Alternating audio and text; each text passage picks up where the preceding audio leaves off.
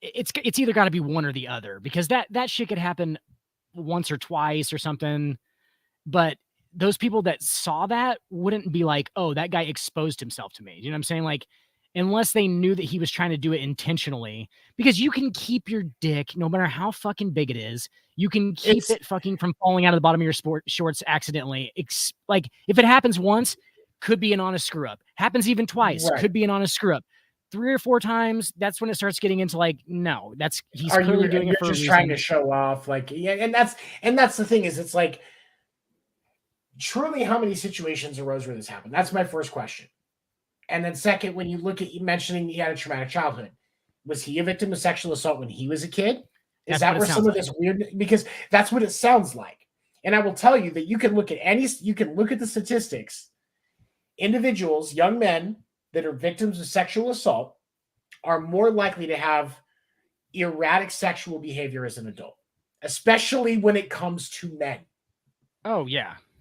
And I will say, especially because it comes to men, because this is one of those things where men that are victim of sexual assault are completely discounted. Like, obviously what happens to what women have to go through when they're sexually assaulted is just completely insane. But when we look at what men have to go through, I like with my own situation, trigger warning just for everybody concerned. I'm going to mention something really quick about my own experience with sexual assault. Not going to give too many details. I'm just going to share something. So just bear with me. I promise it's not horrible. But the first time when I was 9 years old, and I talked to a therapist that I had at that point about what I had dealt with as a kid and what I was dealing with. Because at that point, when I was talking to the therapist about it, I was getting molested by my babysitter. The first person I told was my therapist when I could finally talk about it. And the first words out of my therapist's mouth were, "Are you sure it's not something that you wanted and you just don't understand?" First words out of his mouth. Wow. Like, that shouldn't happen. And I would not be surprised, because I've friends that are black, they're males that were victims of sexual assault. And it seems like there is even a strong pressure, according to them, there's a strong pressure on not saying anything, or, just bottling it up in that culture. And I hope that's not true. But if that is true, there's more going on with this kid than we understand. And I'm not saying that his behavior was okay. Exposing yourself to somebody that's not willing is never okay. Right. So I have unsolicited dick pic or anything else. Yes, Brett Favre, I'm looking at you. Like, yes, a lot of dudes. My God, seriously, bro. Like, I've gotten, true story. Some chick gave a dude a made up number at a bar somewhere in Missouri, and the number that she made up was my cell phone number. And dude just opened up by sending a dick. Yeah. Yeah. Getting it all out on the table. I mean, I have sent pictures of my dick over a phone, but it also was to my girlfriend. You know what I'm saying? Like, I was already dating this woman. Like, that's a whole different thing. Like, to random people, to an unsuspecting person, that's just not okay. Basically, like, the person I sent it to consented to, or it was even, yeah. So, like, that's not, if you're not sure that they're wanting to just see your dick on Front Street, which obviously if you just met at a bar the night before and she gave you a fake number, that's probably not a consenting situation in the first place. Yeah, you just off the bat, just getting it out there off the bat. Like, what are you doing? Like, what, does that ever work? Does it ever work? Again, it's like The Naked Man. That my favorite episode of How I Met Your Mother, for talking about for explaining what springing consent on someone is, and they will still talk. Oh, it works 2 out of 3 times. Like, because you're kind of putting that person you're putting that person between a rock and a hard place, kind of. No pun intended. Here's the thing, fellas. Like, I want to get something perfectly clear on exposing yourself, dick pics, things of that nature. Okay. She doesn't want to see it. 95% of the reason that sex is done in the dark for the most part is not because it's romantic. No, she does not want to have to look at what that Vienna sausage hanging between your legs actually looks like. She does not care. She likes what it does when it goes in a special place. Right. If you know what you're doing. She doesn't care what it looks like. She doesn't want to see it. If she asks you for a dick pic, send her a picture of like something else, not a penis, not your penis. Right. Because she does not. Wait, even if she asks for it? She does not want to see it. Even if she thinks she wants to see it, she doesn't want to see it. Have you ever looked at a penis? It's disgusting. Well, I mean, yeah, it's like disgusting. You just said if she asked me to send her a picture of my dick, Yeah, send her a picture of Dick Van Dyke. I'm not one to disappoint people who are wanting things. No. When they see your penis, they're disappointed. Just send her a picture of Dick Van Dyke. That's or there's or me. Yeah, send her this. Yeah, that's perfect. There you go. I'll post a screenshot on the Facebook page after, so you have that for when you need it. I'll take care of you. I got you. Nobody wants to see your penis. Nobody wants to see your penis. Like that's just that. Okay. I was going to say too. He said that he had childhood issues with. Well, I mean, we're assuming that he had childhood issues. All of the signs point to it was probably sexual abuse, right? I think with males who are sexually, and I don't know this, I don't know the statistics, but I would say that they tend to go more masculine because they're trying to like maybe overcompensate, especially if they were molested maybe by another male. Yeah. Does that make sense? Oh, so like yeah, they're going to go very common. Absolutely. Over masculine. They're going to go over masculine to compensate for the fact that they think that they've been demasculated somehow as a child, right? Would that be a fair assumption? Okay. It's compensating. That's exactly what. No, you're right. That's exactly what it is. And when I say it's common, it's in male sexual assault victims. This is something that happens at a higher rate than other behaviors. Over masculinity, lewd sexual behavior, promiscuity. Yeah. They're trying to take back what they thought was taken from them, basically. Exactly.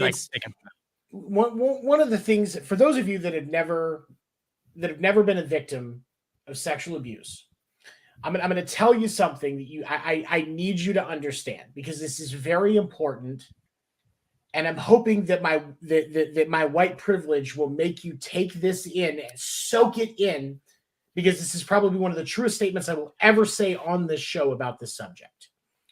When you get sexually abused, sexually assaulted, raped, molested, whatever you want to call it, it completely alters your view of sex and sexuality. Completely destroys it. And you are left most of the time as a victim of sexual assault to try and rebuild that situation. Rebuild your feelings in that, and what's appropriate and what's not, and where your boundaries are. And how you understand other people's boundaries. This is why victims of sexual assault have a higher rate of becoming abusers later on, because that line gets fucking destroyed. And if you don't have the right resources, it doesn't get put back into place. Isn't that mostly about like it just the non-natural nature of it happening? You know what I'm saying? Like when it happens naturally, when you're 13, 14, 15, 18, whoever old you were when you lost your virginity, that seems to be a consensual, naturally happening thing, right? So like that's what's it's supposed to be to most people, is like, oh, I really like this person, I had sex with them. When it's done before that, and especially when you're a child, that can literally completely destroy the actual natural part of it at all. So this can be used to before or after you've had that initial consensual experience. Like anytime that removal of consent takes place, that's when the line gets fucking obliterated. It gets destroyed. Because they're actually the person who's doing the molesting or the raping is actually showing you that it can be used as something that it's not supposed to be, and something very powerful that it's not supposed to be. right? Yes. I mean, It's, it's just like, when I was coming up, when I was young, because you lived in the Midwest, you understand, if you want to be able to go hunt, you got to go get your hunter safety card. When you go get your hunter safety card, you go through a course. You're talking about the different safety things, but most of the time, the person that's getting you through all of that stuff when you're a teenager, your kid or a teenager, they're teaching you about the true impact of what a gun can do. There's, when we have sexual health classes in schools, when the crazy ass Christians don't fuck it up, people get a better understanding on a educational level about the true impact of sex on the human mind. And understanding that there is a lot of mental impact on that side, and when you and vulnerability, and that can come with that sort of thing. And when you strip all of that away, when you remove all of that, when you take all of those things that are supposed to be there and you throw them away, you destroy them, you shatter that image that has been implanted for how you see it. You question everything, because more often than not, especially when it comes to children that are a victim of sexual abuse, it's somebody that was close to them. Sometimes it's a parent, a sibling, an aunt or an uncle, a grandparent. Which it's further a family skews member. skews the Absolutely. And I think that's one of the things, because if it's, in a situation where a person gets sexually assaulted and it's not somebody that they know, the recovery for that is very different. And most people, again, not all, do see better results. Individuals that are a victim of typical, I don't like the word typical for this, sorry. In the more, what we're talking about, sexual assault, especially as a child, where it's more often than not somebody that they were close to, that they thought was safe, you question everything after that. Where are the lines? Who can I actually trust? And that's why it's imperative when a child comes to you with these kind of, concerns, it is imperative that you handle it appropriately, because how you handle it will impact how the child sees the situation getting handled and their view of things afterward. It has an impact. Absolutely. And because when somebody goes through trauma, if they had, and again, I'm going to open it up to not just sexual trauma, but any trauma. When somebody goes through trauma, if they are heard from the beginning, they are given the resources that they need to work on the issue. In a situation like this, they see the abuser get punished, face judgment, and face repercussion for their actions. It is, there is a higher success rate with people that go through that situation and come out, and they're able to be, as they would call, discharged from therapy. They're on the other side of it. Yes, it happened, but they have worked through it. There's still those things that linger when you go through trauma. That happens for everybody, but you're on the other side of the valley or the mountain, however you want to look at it. How often does that happen?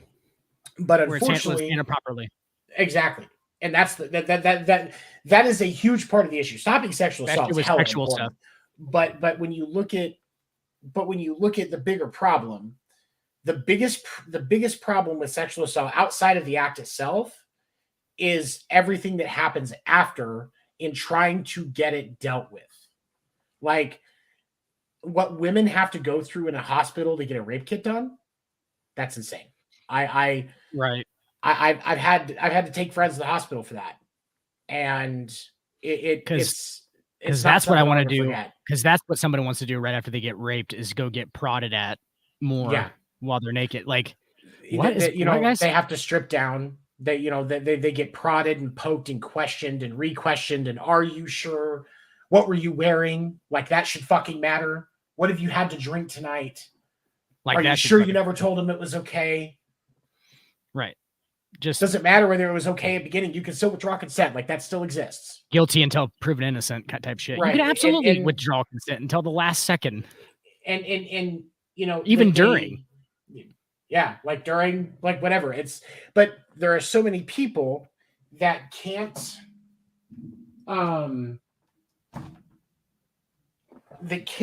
seem to fathom that you shouldn't do dumb shit like that, or that you shouldn't mishandle those situations. And the Me Too movement was great for creating some change in that regard. But the truth of the matter is, there's still so much that needs to be done. There are still years and years of backlogs of cases that have never been investigated. There is so much of a stigma around being a victim of sexual assault and the way that people act and treat you that needs to go away. Yeah. Because the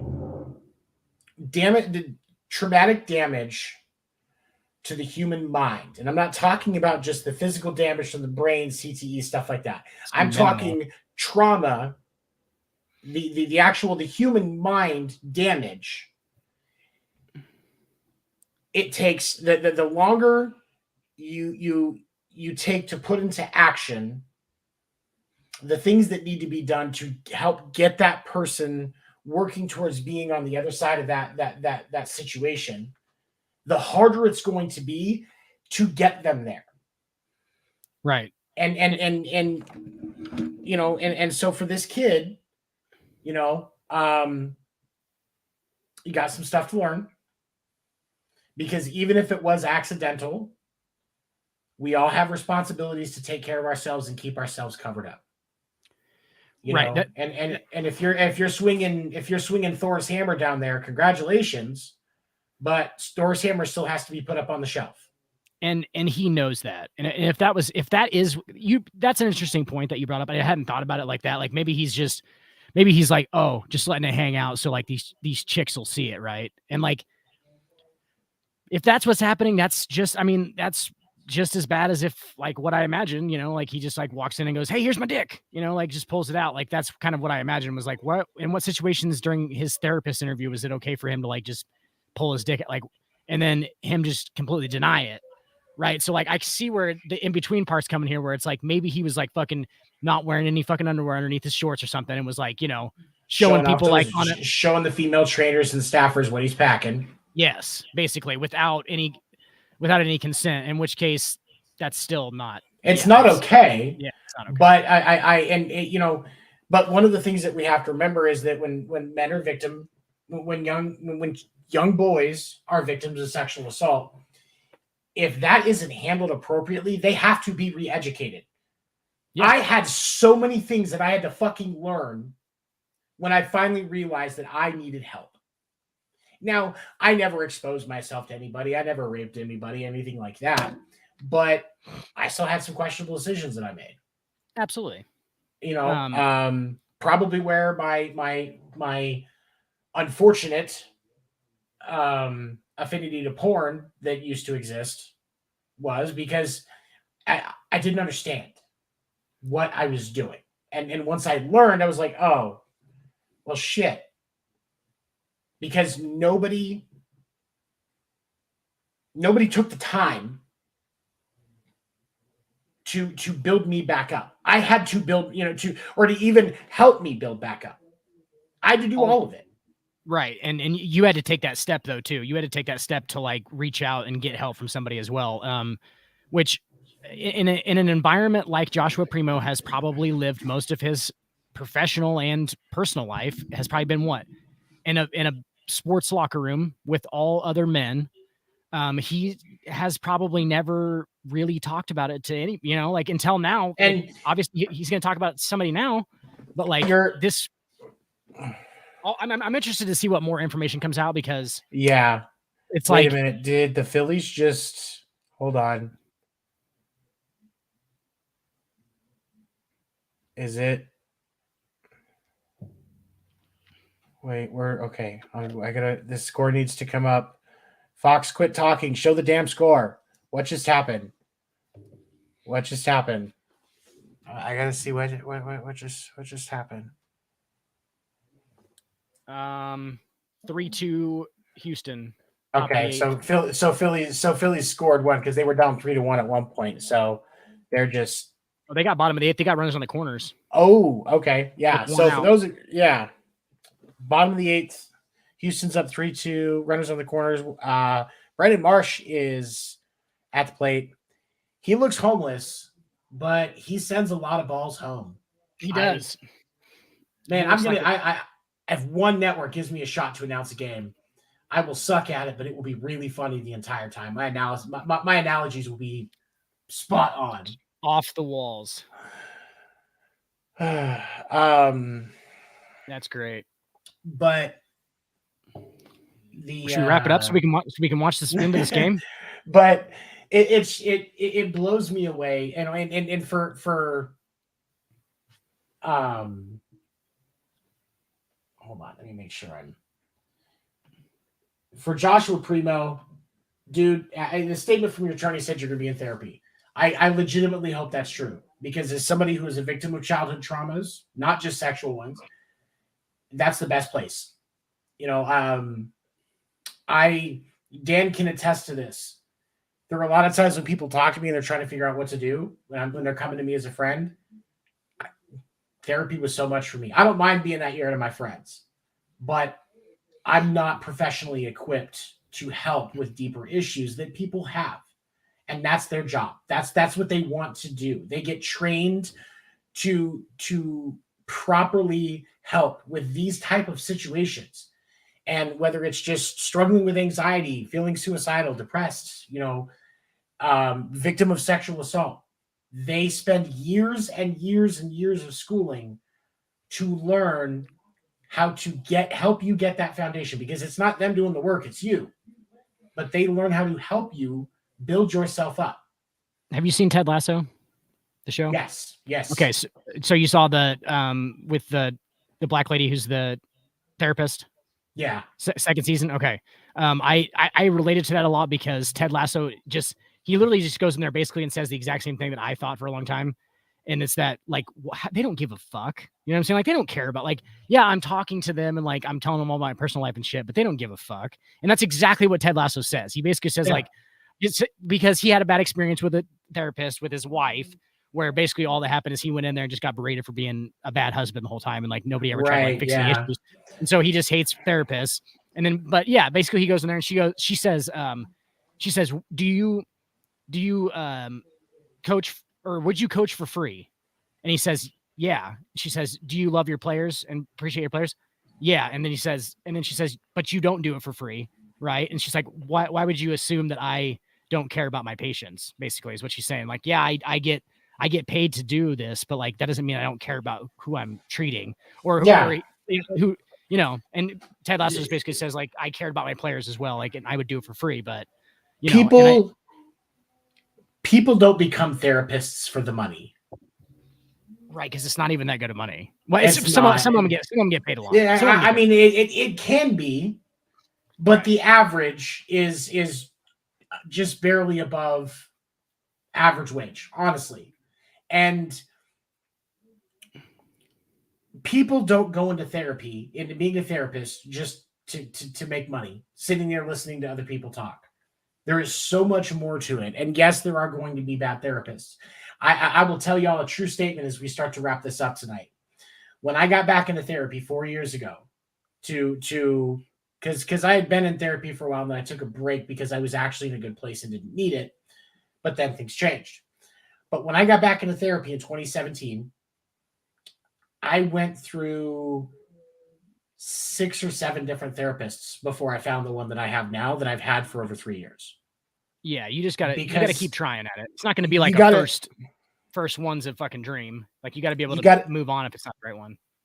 Absolutely. You've got to find a connection that you're comfortable with and embrace it, so that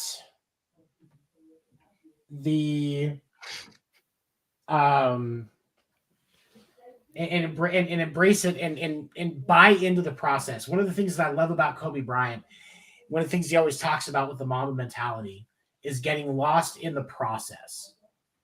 Get so lost in trying to work through everything and build up and be better and finding the right things to get you onto the other side of that you look up one day and you go, oh, holy shit. Because like the reason I mentioned that, strive for perfection. When I had therapy on Tuesday and I was talking to my therapist, we were, getting up to date and stuff like that. And she goes, you're probably going to be in a position about 6 months where you could probably discharge if you wanted to. And I don't know that I want to. I kind of like having that person to talk to. I may take it back to instead of every 2 weeks, every month, every 6 weeks. But being told that there's somebody that truly sees me, because I'm completely open with her. She's my favorite angry lesbian. I love her. She looks like more of a man than I do. It's great. I'm kidding. Jeez. No, but she's Danielle's amazing. No, but she's amazing, and I would not be where I'm at today without her. And so it's good for people who haven't had trauma to have therapy. Like absolutely. I've never done it, but I'd be up for it for sure. It's nice to be able, because that person's job for that 50 minutes is to let you just open up and be honest and work through your shit. And being able to do that, once you realize that's the process, it's really just getting it all out there and putting the work in, which can be said about pretty much any process when you're trying to get better at something. The important piece is you got to be willing to put it all out there, because they can't give you the tools if they don't know what you're trying to fix. Right. And when I bought into that piece of it and I truly started getting stuff out there, that's when my work with my therapist really got into it. And like, it's like your lawyer. There's no reason not to tell them everything. Exactly. I mean, outside of if, you're confessing a crime, like, sexual assault or murder, being a serial killer, you're safe. They literally can't. Legally can't. And they won't. And you can win life-changing money in lawsuits if they did, but they won't. Like, seriously, who are they going to fucking tell? They don't. Yeah, they're not. Who's going to give a fuck about it? Like, and if it's a relationship situation and you're worried about your spouse getting into it, if for some reason they did give your spouse information that you didn't give them permission to give them, you're going to have life-changing money after the lawsuit. That spouse isn't going to be a problem. You can find a new fucking therapist. Yeah, there's just no reason for them to. There's no pros. There's no pros and way too many cons. There's too much to lose for them. So as somebody who is a huge advocate, if you need therapy, fucking get it. Yeah. Because you'll be so much better off. Absolutely. Hold on. I wanted to look at one thing, because where's that message I sent you? Oh, Dan Snyder, really quick, we'll wrap up with this. Dan Snyder has announced that he is selling here. He has hired Bank of America Securities to help explore the process of selling the team. And then 6 hours later, another state announced that they were investigating him for financial crimes. Right. Yeah. Jay-Z and Jeff Bezos are the apparent front runners for the potential of buying the Washington Commanders. And there's also I saw some stuff that it was looking like maybe they're going to do something together. I'm guessing mostly Bezos' money, Jay-Z more of a front face, because Bezos has so many things he's got to do. Yeah. Find somebody who looks at you like Beyonce looks at LeBron James.